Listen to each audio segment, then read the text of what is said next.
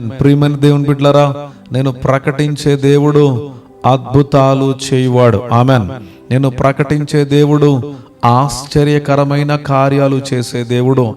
నేను ప్రకటించే దేవుడు అసాధ్యాలను సుసాధ్యపరచగలిగినటువంటి దేవుడు.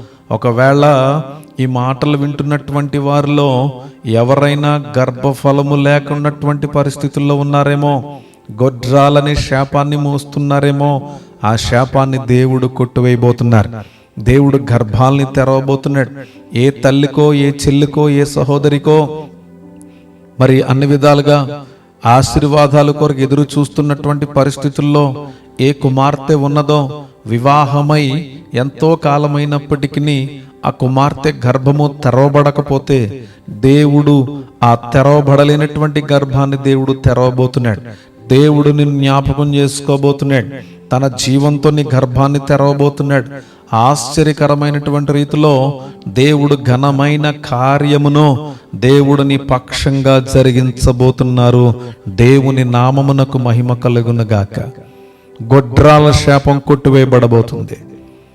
గొడ్రాల శాపం కొట్టివేయబడబోతుంది దేవుని కృప ద్వారా. సంతు లేనటువంటి నీకు సంతానమును కలగజేయబోతున్నాడు. దేవుడిని సంతానమును ఆశీర్వదించబోతున్నాడు. పరిశుద్ధాత్మ కార్యము జరగబోతుంది. అద్భుతాలు మీరు చూడబోతున్నారు. దేవుడు దివ్యమైనటువంటి కార్యాలు, అద్భుతమైన తన అనాది సంకల్పము చొప్పున దేవుడు నీ జీవితంలో ఘనమైన కార్యములను జరిగించబోతున్నారు. దయచేసి ప్రతి ఒక్కరు కూడా ప్రార్థనలో ఉండాలి.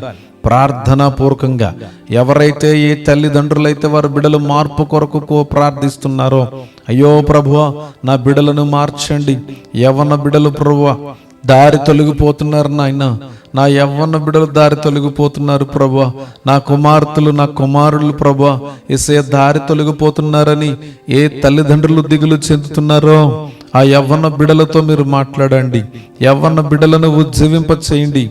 యవ్వన బిడ్డల మీద మీ అభిషేకమునుంచండి. యవ్వన బిడ్డల మీద మీ సన్నిధినుంచండి. యవ్వన బిడ్డల మీద మీ మహిమనుంచండి. యవ్వన బిడ్డలను మీ రక్తంతో ముద్రించండి మా తండ్రి. యవ్వన బిడ్డలు ఏ చెడు స్నేహాలకు వెళ్ళడానికి వీల్లేదు, చెడ్డ సాంగత్యాలకు వెళ్ళడానికి వీల్లేదు, చెడ్డ సంబంధాలు కలిగి ఉండడానికి వీల్లేదు ప్రభా, చెడ్డ అలవాట్లు ఏ ఒక్కరికి ఉండడానికి వీల్లేదు. యవనస్తులను రక్షించండి. యవనస్తులకు మారు మనసును దయచేయండి. అపవాదిని ఎదిరించే బలవంతులుగా వారిని మార్చమని ప్రార్థిస్తున్నాము. అందరూ కూడా ప్రార్థనలో ఉందామా?